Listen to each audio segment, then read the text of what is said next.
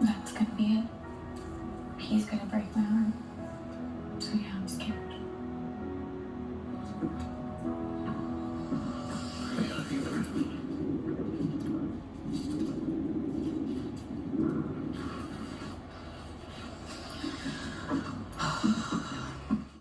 You are the most amazing person that I've ever met in my entire life. Like, I really do picture our life together after this. I picture it all with you. I am so happy I found the love of my life. All the ups and downs, even yesterday, it was worth it.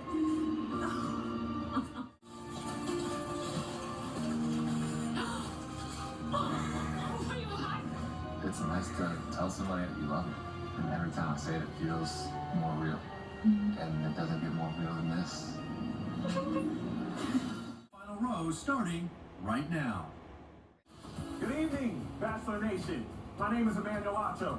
I'm sitting in for Chris Harrison tonight, which already makes this the most shocking after the final rose ever. There's a lot to talk about, especially after racially insensitive images surfaced from Rachel Kirkconnell's past. And we certainly have to address Chris Harrison's defense of insensitivity in his interview with Rachel Lindsay, for which he has since apologized. Now, some of these conversations here tonight might make people a little uncomfortable, and they won't be easy.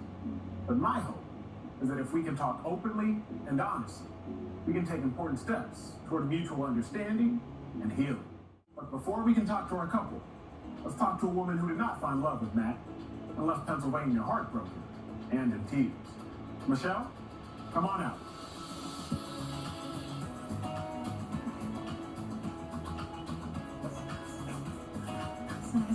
Bye.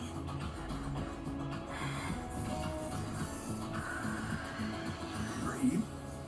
Yes. Well, Michelle, we all watched your heartbreak with Matt earlier tonight. What's going through your head right now in this moment?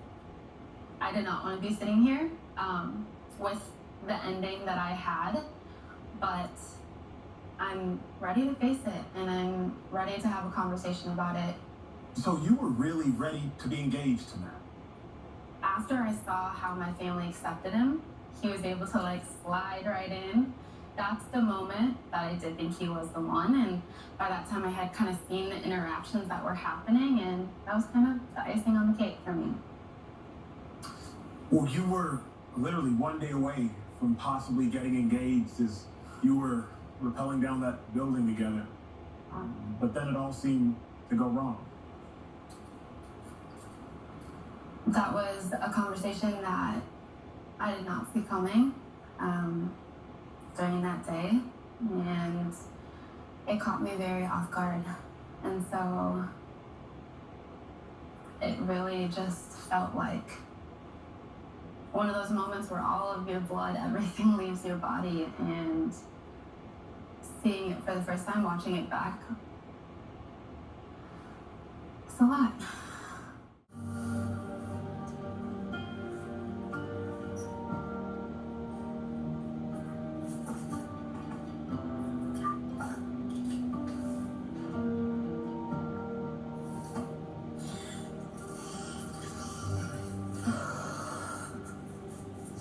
Now, you all haven't seen each other since the goodbye. Michelle, I know you have a lot on your mind to say to Matt, so go ahead. I'm sorry. It's been a very rough past few months, and I'm still processing everything and really trying to figure out how I feel. Okay. That's okay. How you feel? This is hard to sit here. Watching that entire night and everything that was. I mean, you said that you needed to move forward, to do this on your own or without me or in another relationship, and you left. The moment you left, I completely crumbled. I had to walk away without closure, and I had to fill in the gaps of what our relationship really was. And I wasn't okay. I wasn't okay at all. And producers were in my room, seeing how bad I was hurting.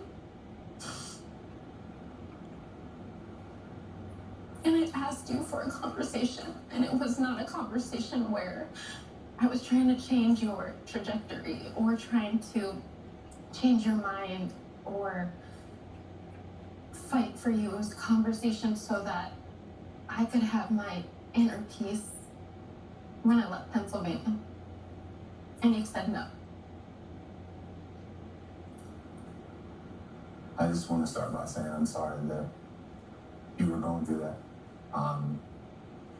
There's no justification for why I didn't have that conversation, and if I would have known that this is how you were feeling in that moment, then I would have fought to have that conversation. Just in terms of there being any doubt in how I felt about you, what I can tell you is that when you showed up, when you did, He looks like Coming to America on the first movie with the soul and I glow. always tell people who ask that you weren't late, you were right on time. And He's putting it into his beard, hope you would know that I really obviously. do care about you and everything you had shared with me. and taken Yeah, apart. exactly. I mean, the way that you carry yourself throughout the show and the emotional labor you took on and continue to take on as just a black woman in your position and showing grace and composure through a lot of situations where I probably would have snapped. My respect and admiration for you is just through the roof. I like how he's like telling him straight up. Like, this is really cool. Okay, I'm kind of here for this host. He just straight up, like, basically called him a coward, like I said much earlier. Cowardly Lion from Wizard of Oz. And you can still really care about somebody and want them to do better.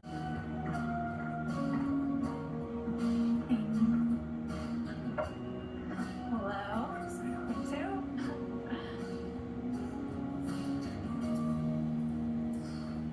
So, Rachel, first of all, how are you doing? How you holding up? It's a loaded question. It's been a lot, as anyone can imagine, but I don't want to, sit here and victimize myself, so. Well, let's obviously address the elephant in the room. In 2018, I guess you took photos that have recently emerged of you at a antebellum plantation themed party. For the sake of further clarity, antebellum literally means in Latin before the war. And so the antebellum South is literally honoring the South before the war in question, the war that freed slaves. Yes. Many people have already seen the photos, but for the sake of those who haven't and educating them on this topic discussion, we're just going to show them a picture. Now, when you look at that photo, what do you see? I see someone who was living in this ignorance without even thinking about who it would be hurting. I never once asked myself at any point, what's the tradition behind this? What does this represent? Why do we wear those dresses? I'm not going to sit here and say that I didn't know any better, because I could have easily asked myself those questions.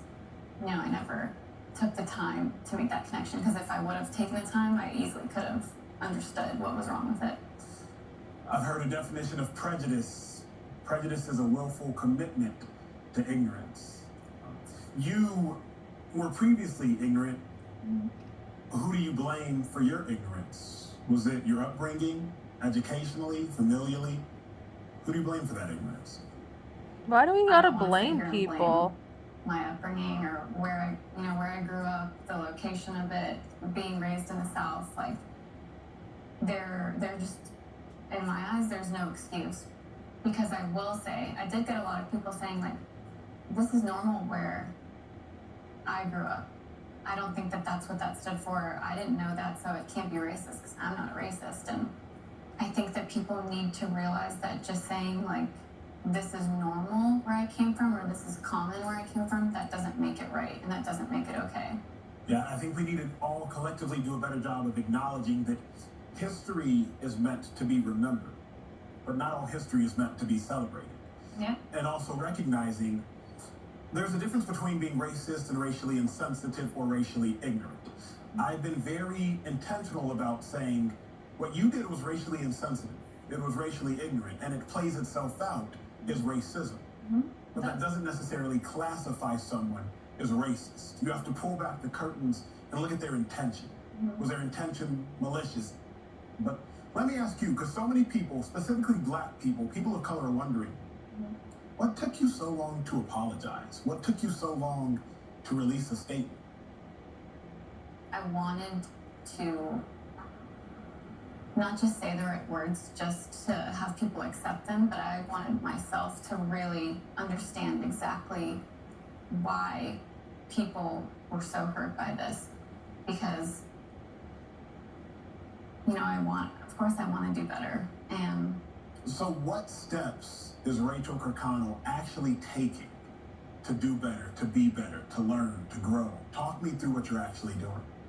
I can sit here and I can give you a list. You know, I can say, I've been reading this and I've been watching these documentaries and these movies and I've been listening to these podcasts, and it's great to educate yourself, but I don't think that anything is going to change if we don't take those actions to put that education into play. Now, you knew Matt, a black man, was going to be the Bachelor. You also knew these photos existed. How often did you lay awake at night worried that eventually these photos might come out and could ruin your life? Like, being completely honest, I didn't think about it one time, because at that point, you know, it was just me taking some photos with my friends, and I didn't think anything of it. I didn't think of the trauma that it would cause. We just learned of you and Matt's breakup. Talk me through that conversation. When he first called me to end things, my initial reaction was I was very confused. I was very blindsided. But once that initial reaction went away, I thought about, how strong I thought our relationship was. So for him to end things, like, he must have been very, very hurt by everything. It was hard because I lost the love of my life, but in the process of that, I hurt him while doing so. You still love him, don't you? I love him so much, and I always will. And I do feel like I finally do know what real love feels like.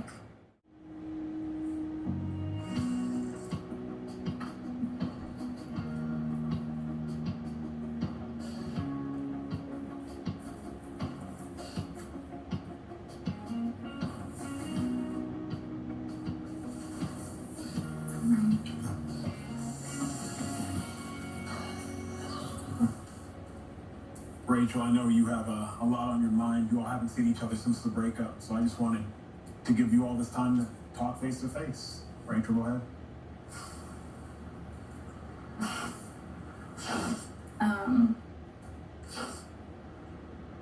I think that everything up to this point. I think that you know exactly how I feel. And I really just want to take the time to say I'm really sorry. And once I really tried to put myself into your shoes as much as I could, I really do think that our relationship was very strong and the love that we shared was very real. So for you to end things, I realized that must have been really hard for you as well, to where You must have been hurting. And I just wanted to say I'm really sorry for not understanding that initially. And I'm really sorry that I hurt you.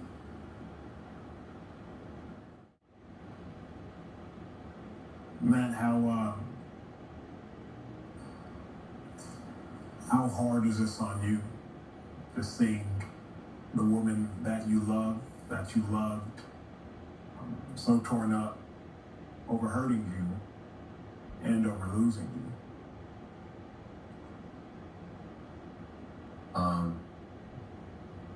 Man, it's heartbreaking and it's devastating. It's just disappointing. I don't even want to interject. I can see it in your eyes. What else do you want to share with her?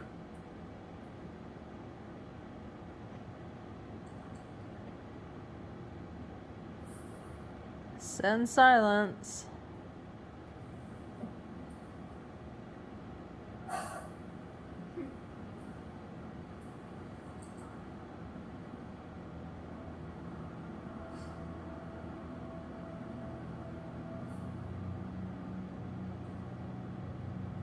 Did you fucking say a word already?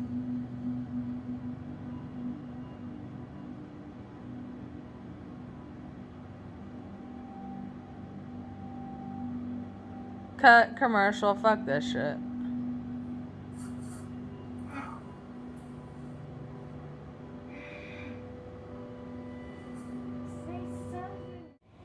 It's best to just be honest.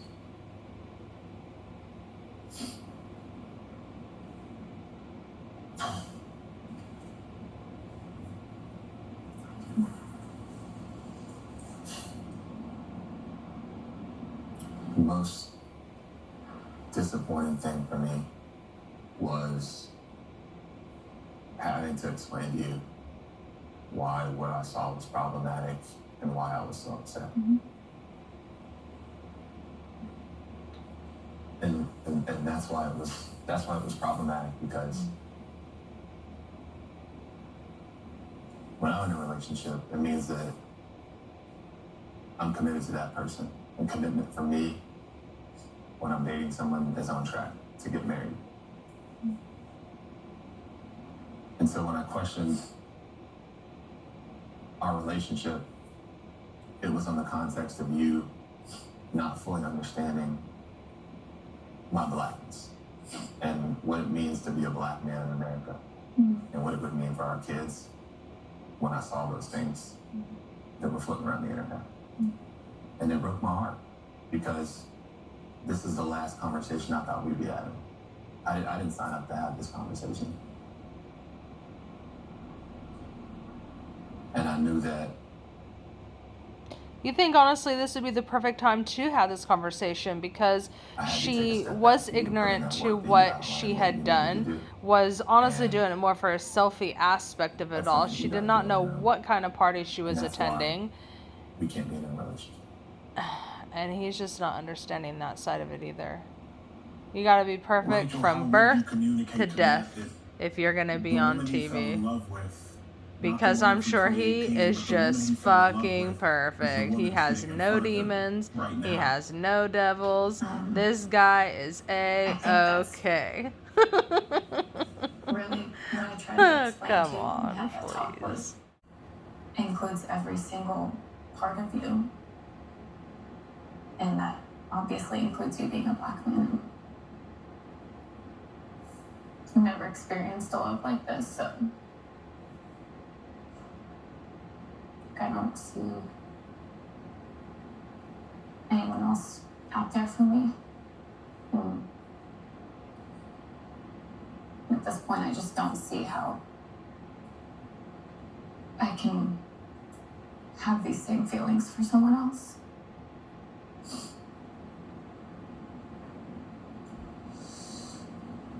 Well, Matt, is the door even slightly open for relationship reconciliation?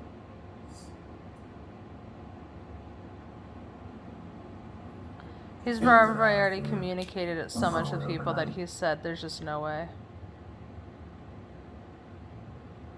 And seeing you like this hurts. But then I ask myself, like, I don't want to be emotionally responsible for those tears, because it's like the work and the reconciliation that needs to be done is work that I can't do for you. And I know that you're capable of doing it. And the last thing I want is for people to be calling to have you canceled, or people to be calling you out for things. I really want them to call you in, and I want you to do this work, because that's the best thing that can come out of this. And that's something that she's got to do on her own.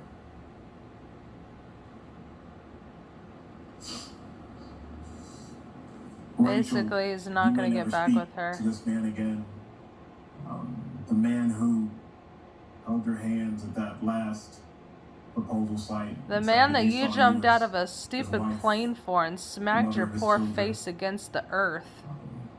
That same man. If in fact you do never see him again, what would you finally like to communicate with him? Thanks for all the dresses.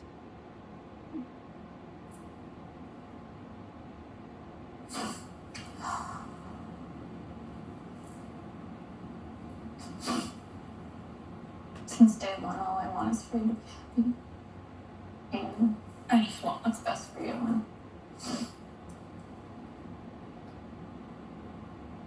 I am sorry. And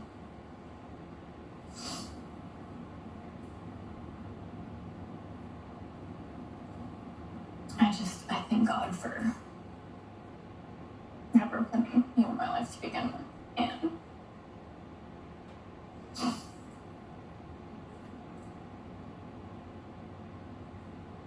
I'll always be thankful for, everything that we shared in the time that we did have together. I don't think that he's going to touch her again like that. I don't think he could bring himself to doing it. I don't know if it'll ever not hurt hearing those things.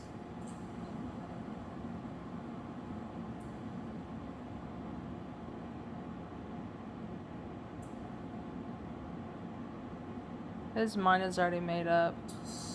Well, thank y'all both for being here. I know that was difficult. Couldn't have been easy. Rachel, continue to grow. And I applaud the steps you've taken Without thus a far. change, how will you grow? Like Matt said, I don't agree That applies with to myself too. I cancel mean, that culture, honestly but I applies do to everybody. agree with accountability. And I can see that you're very much so being accountable. Matt, I appreciate your transparency, your authenticity, your What vulnerability. the fuck ever? I'm sorry He things led haven't all explained. these women Good on, luck to both of you. and he's on probably your gonna future go journeys. date that Heather girl. I just get this weird feeling like that's what's happening. Obviously, it's been a very emotional night, but when we return, we're going to try to turn the corner here. We're going to meet our new bachelorette. All And right, if you think you finally. know who it is, you might be right, but you might not be. Get ready for a curveball, Bachelor Nation. Please be Victoria, like you said. That would be funny. Katie? What? Oh, this is so fucked up. If it is her, they choose her, I'm not watching it. I will not watch that bitch fall in love. No motherfucking way. So this is obviously a big decision. Both of you incredibly deserving, incredible women. But there's no use in drawing it out any longer because a decision has been made. Should we tell Bachelor Nation? Yeah, duh, Michelle. It better be Michelle. The Bachelorette. What? That's right. 2 separate seasons, 2 separate women, 2 separate journeys, hopefully ending up in 2 separate engagements. Congratulations. No. I'll watch Michelle's, but definitely not Katie's. So, cut, done.